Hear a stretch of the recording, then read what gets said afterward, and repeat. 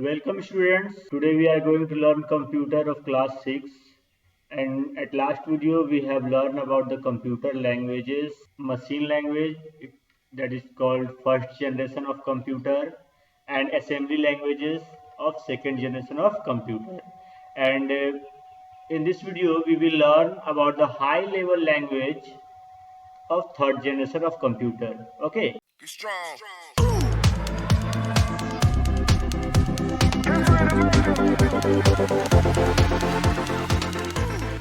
High level language means HLL. Machine language and assembly language both are complicated, are not user friendly language, but these are machine dependent language. They are also machine independent language. Today's lot of people started writing computer programs using these languages. देखिए machine language और assembly language दोनों क्या बहुत ही complicated है, जिसकी user friendly language नहीं है। User friendly का मतलब होता है जो कि आसान होता है। ये जो है मशीन का इंडिपेंडेंट लैंग्वेज भी है जो कि मशीन को सपोर्ट नहीं भी करता है। But today lot of people starting writing computer program using these languages. लेकिन आजकल के जो लोग हैं, बहुत सारे कंप्यूटर प्रोग्रामर्स जो कि इस लैंग्वेज पे लिखना वो ज़्यादा पसंद करते हैं। क्यों? That is why. क्यों? They are not as high level languages, क्योंकि वो हाई लेवल लैंग्वेज को जानते हैं। ठीक है, देखिए अब हाई लेवल लैंग्वेज जो है कि बहुत बिल्कुल मतलब सिमिलर होता है इंग्लिश लैंग्वेज की तरह। जैसे कि हाई लेवल लैंग्वेज में हमें आपको बता दो सी है, C++ है, जावा है, .NET है, TC, ये सब के कुछ पॉपुलर हाई लेवल लैंग्वेजेस हैं। सिर्फ आपको प्रोग्रामिंग सीखना होगा तो प्रोग्रामिंग सीखने से पहले आपको सबसे बेसिक पहले C++ ये सीख जानना होगा, क्योंकि ये सब बेसिक होता है, ये सब इंग्लिश लैंग्वेज में यूज होता है। उसके बाद हमको असेंबलर, कंपाइलर और इंटरप्रेटर की आवश्यकता होती है इसको भाषा लैंग्वेज को कन्वर्ट करने के लिए। ठीक है, high level language programs need to be translated into machine. और हाई लेवल लैंग्वेज के प्रोग्राम को जो है कि मशीन लैंग्वेज में ट्रांसलेट करने की आवश्यकता होती है। और उस लैंग्वेज को ट्रांसलेटर लैंग्वेज को ट्रांसलेट करने के लिए ट्रांसलेटर प्रोग्राम की आवश्यकता होती है। वो जनरली 3 प्रकार के ट्रांसलेटर प्रोग्राम होते हैं, जो कि पहला है आपका असेंबलर, दूसरा है कंपाइलर और तीसरा है इंटरप्रेटर। चलिए इन तीनों के बारे में हम लोग डिटेल से पहले देखते हैं। जी हाँ, आते हैं असेंबलर की ओर। जी, assembler language is a low level programming language. Assembler क्या है? ए लेवल प्रोग्रामिंग लैंग्वेज है जो कि mnemonic use to represented use of the machine language instruction. जो कि ये जनरली क्या आता है, mnemonic कोड में ये रिप्रेजेंट कर देता है मशीन लैंग्वेज को। ठीक है, और assembly language were develop to the make programming easy. और असेंबली लैंग्वेज जो होता है, असेंबली लैंग्वेज वो के प्रोग्रामिंग को इजी बनाने में काफ़ी ज़्यादा हेल्पफुल होता है। ठीक है, डेवलप करता है इससे। Since the computer can not understand assembly language, लेकिन तब भी क्या होता है कि कंप्यूटर लैंग्वेज क्या असेंबली लैंग्वेज को मतलब कि अंडरस्टैंड नहीं कर सकता है, क्योंकि वो केवल एक ही लैंग्वेज समझता है, वो क्या है? Machine language.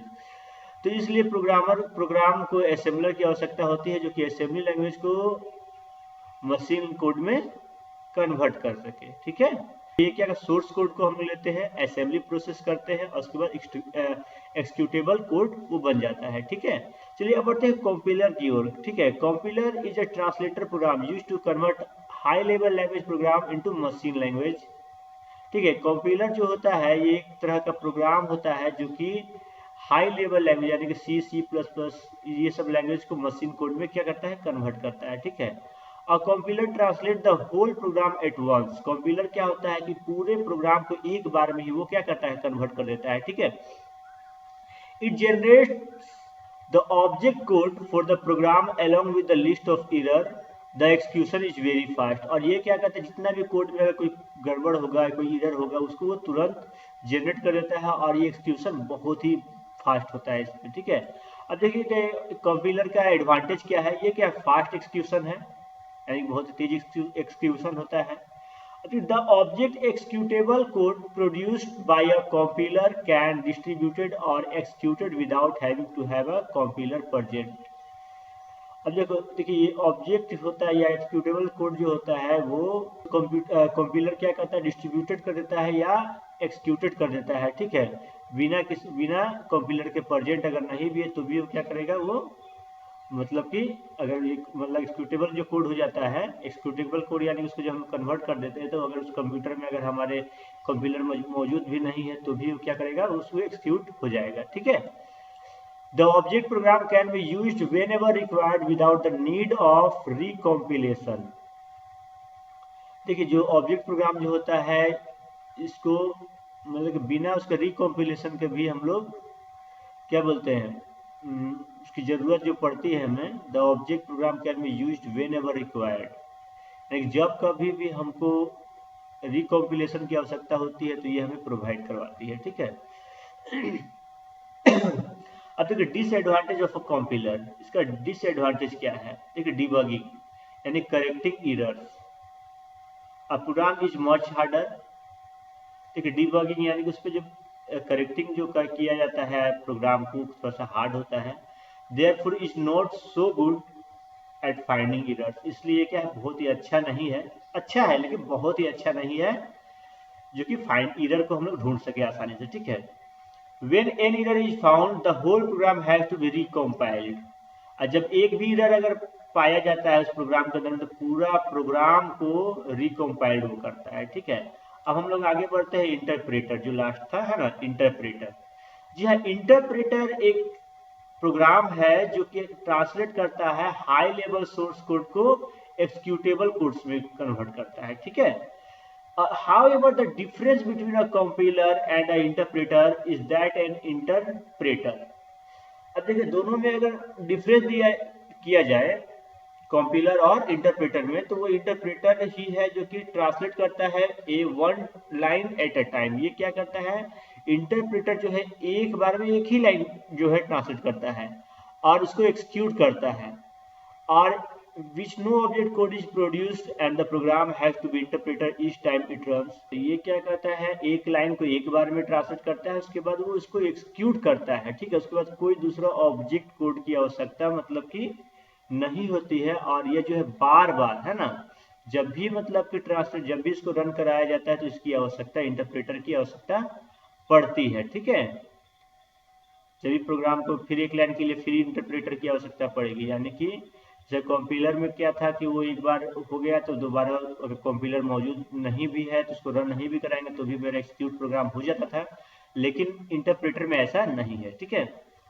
In the program performs a section code 1000 times, in the program perform a section code 1000 times, ये का इस प्रोग्राम में जो है सेक्शन कोड 1000 बार परफॉर्म करता है। Then the section get translated, तब जाके सेक्शन जो होता है ट्रांसलेट होता है मशीन कोड में 1000 बार। ठीक है। और each line is to be interpreted then executed, और उसके बाद प्रत्येक लाइन कन्वर्ट होता है, उसको इंटरप्रेटेड होता है, उसके बाद तब जाके वो प्रोग्राम को एक्सिक्यूट किया जाता है। अब देखिए सोर्स कोड से हमें इंटरप्रेटर उसको किया गया, फिर एक्सिक्यूटेबल प्रोग्राम हुआ। ठीक है। और तो ये क्या है, तब ये नेक्स्ट इंस्ट्रक्शन बनता है, चाहे सोर्स कोड से हम लोग नेक्स्ट इंस्ट्रक्शन बनाते हैं इंटरप्रेटर के द्वारा। चलिए सपोज द, जैसे कि इसका एक एग्जांपल हम लोग लेते हैं। ठीक है। Suppose the Chinese president is visiting India on an official tour. जैसे मान लिया जाए कि जो चाइना के जो प्रेसिडेंट है वो इंडिया टूर पे आए, और वह जो है सभी को तो जाहिर सी बात है कि चाइनीज जो है इंडियन प्राइम मिनिस्टर को नहीं समझ में आती है, और हिंदी जो है चाइनीज प्रेसिडेंट को समझ में नहीं आती है। तो यहाँ पर जो है उन दोनों की आवश्यकता क्या होती है, एक इंटरप्रेटर की, जो कि चाइनीज लैंग्वेज को इंग्लिश में कन्वर्ट कर दे। ठीक है। चाइनीज लैंग्वेज को इंग्लिश में कन्वर्ट कर दे, इसी तरह से जो हिंदी है उसको इंग्लिश में कन्वर्ट कर दे, जिससे कि वो दोनों आसानी से समझ जाए। तो यहाँ एक इंग्लिश क्या हुआ, इंग्लिश लैंग्वेज एक मीडियम हो गया जो कि दोनों लोग जानते हैं। ठीक है। यानी कि सिंपल सी बात है कि हमारी मशीन को कन्वर्ट, मशीन जो है यानी कि हमारे कंप्यूटर है वो कि मशीन कोड को समझता है, इसलिए उसे ट्रांसलेटर की आवश्यकता होती है। हम लोग जो भी प्रोग्राम लिखते हैं मशीन कोड में तो लिखना बहुत ही कठिन है, बहुत ही हार्ड है, क्योंकि इसका जो कोडिंग होता है 011 00001 इस तरह करके होता है, तो हम लोग इसको क्या है आसानी से समझ नहीं सकते हैं। ठीक है। इसलिए हम लोग सेकेंड जनरेशन ऑफ लैंग्वेज और थर्ड जनरेशन यानी कि हाई लेवल HLL में और लो लेवल लैंग्वेज और हाई लेवल लैंग्वेज में लिखते हैं, उसके बाद उसको हम लोग क्या करते हैं कन्वर्ट कर देते हैं। ठीक है। तो इसका एडवांटेज जो है, पहला है good at locating error in program. इस पे क्या है कि इसको हम आसानी से एरर ढूंढने में प्रोग्राम में हमें आसानी होती है। दूसरा होता है डिबगिंग जो है बहुत ही आसान होता है, और जहाँ भी इसको अगर एरर आएगा तो वो वहीं पर स्टॉप कर देगा, ठीक है, तब आप उसको सुधार सकते हैं। अब ये है जिसको हम लर्निंग पर्पज के थ्रू यूज कर सकते हैं। अब देखिए डिबगिंग क्या है, यह होता है कि इसका मतलब होता है फाइंडिंग और रिमूविंग एरर्स। प्रोग्राम में कोई भी एरर है उसको फाइंड करना और ढूंढना, अब फाइंड करना उसको रिमूव करना। अब देखिए इसका डिसएडवांटेज क्या है, ये बहुत ही स्लो होता है, और जो कोई ऑब्जेक्ट कोड यह प्रोड्यूस नहीं करता है, ठीक है, कोई ऑब्जेक्ट कोड ये प्रोड्यूस नहीं करता है। इसलिए क्या है, ट्रांसलेट करने के लिए जब भी जितना बार प्रोग्राम को हम लोग रन कराएंगे उतना बार इसका इस्तेमाल करना पड़ता है, ठीक है। For the program to run an interpreter must be present, यानी उस प्रोग्राम को अगर मुझे रन कराना हो कंप्यूटर में तो इंटरप्रेटर की आवश्यकता होती है। अब यहाँ पर देखिए बहुत इंपॉर्टेंट चीज है, ये आप लोग का होमवर्क भी होगा, कंपाइलर और इंटरप्रेटर में दोनों में डिफरेंट। तो जैसे कि मैंने आपको बताया कि ये क्या करता है, कंपाइलर जो होता है translates the entire source code into machine code in one go when all the syntax error are remove execution take places. यानी कि ट्रांसलेट करता है जो भी सोर्स कोड को मशीन कोड में, और है ना, और एक बार जो है पूरे प्रोग्राम को मतलब कि क्या करता है, एरर को ढूंढता है, उसको रिमूव कर देता है, तब जाके एक्सक्यूशन होता है। लेकिन वही इंटरप्रेटर में ऐसा नहीं होता है। यह क्या करता है, सोर्स कोड को ट्रांसलेट करता है लाइन बाय लाइन, और उसको इंडिकेट करता है एरर को प्रत्येक स्टेप में, और प्रत्येक लाइन में उसको चेक करता है एरर को, और तब जाकर के उसको कन्वर्ट करता है और मशीन कोड में, ठीक है। अब यह दूसरा देखिए, has capability to store compiled code for future use. इसका कैपेबिलिटी होता है कि कंपाइल कोड को मतलब कि फ्यूचर यूज के लिए हम लोग मतलब यूज कर सकते हैं, यानी एक बार जो कन्वर्ट कर लिए तो हमें सोर्स कोड मिल जाता है। लेकिन इसमें क्या है, इसमें सोर्स कोड नहीं मिलता है, इसको सर्टेन रिटर्न ऑब्जेक्ट कोड, यानी कि हमेशा इसको ऑब्जेक्ट कोड की आवश्यकता होती है। अब देखिए more useful for commercial purpose, ये ज्यादातर कमर्शियल पर्पज के लिए इस्तेमाल होता है, और ये लर्निंग पर्पज के लिए इस्तेमाल होता है। इसका जो है एक्सक्यूशन में कम टाइम लगता है, लेकिन इसमें ज्यादा समय एक्सक्यूशन में लगता है, ठीक है। और डिबगिंग जो है रिमूवल ऑफ मिस्टेक, प्रोग्राम में जो भी मिस्टेक होता है ये बहुत ही स्लो डिबगिंग करता है, ये बहुत ही फास्ट डिबगिंग करता है, ओके। ये रहा था कंपाइलर और इंटरप्रेटर में डिफरेंस। तो इन दोनों को आप लोग बढ़िया से इसको अपने नोटबुक में लिख लेंगे, वीडियो को पॉज करके जो डिफरेंस है ना, कंपैरिजन है, इसको आप लिख लेंगे और इसे रिमेम्बर भी करेंगे, इसे समझेंगे। अब हम लोग यहाँ देखते हैं कुछ फीचर्स है, ये जो लैंग्वेज है उसके फीचर्स क्या क्या है, एक शॉर्ट में यहाँ पर लिखा गया है। देखिए मशीन जो है, मशीन लैंग्वेज है ना, use binary codes to depict operators and data. ये बाइनरी कोड्स का इस्तेमाल होता है ना, डाटा ऑपरेटर करने के लिए, और ये मशीन डिपेंडेंट होता है, यानी कि हर मशीन में अलग अलग कोड अलग अलग टाइप्स का यूज होता है, ठीक है। अब the only language directly understood by a computer, यही एक लैंग्वेज है जो कि मशीन कंप्यूटर के द्वारा समझा जाता है, ठीक है। अब अगला पॉइंट आता है असेंबली लैंग्वेज। देखिए ये क्या करता है कि म्नेमोनिक कोड्स और सिंबल का इस्तेमाल होता है बाइनरी नंबर्स की जगह पे, है ना। ये मशीन डिपेंडेंट लैंग्वेज है, ठीक है। और यह जो है इसको हम लोग मशीन लैंग्वेज में कन्वर्ट करने के लिए हमें ट्रांसलेटर प्रोग्राम की आवश्यकता होती है, जिसको हम लोग असेंबलर बोलते हैं, ठीक है। अब देखिए हाई लेवल लैंग्वेज है ना, देखिए इस पे क्या होता है, ये जो है कि इंग्लिश वर्ड और मैथमेटिकल ऑपरेटर्स से हम लोग इसको टाइप करते हैं, प्रोग्राम को जब हम लोग लिखते हैं तो इंग्लिश वर्ड और मैथमेटिकल ऑपरेटर्स का इस्तेमाल करते हैं।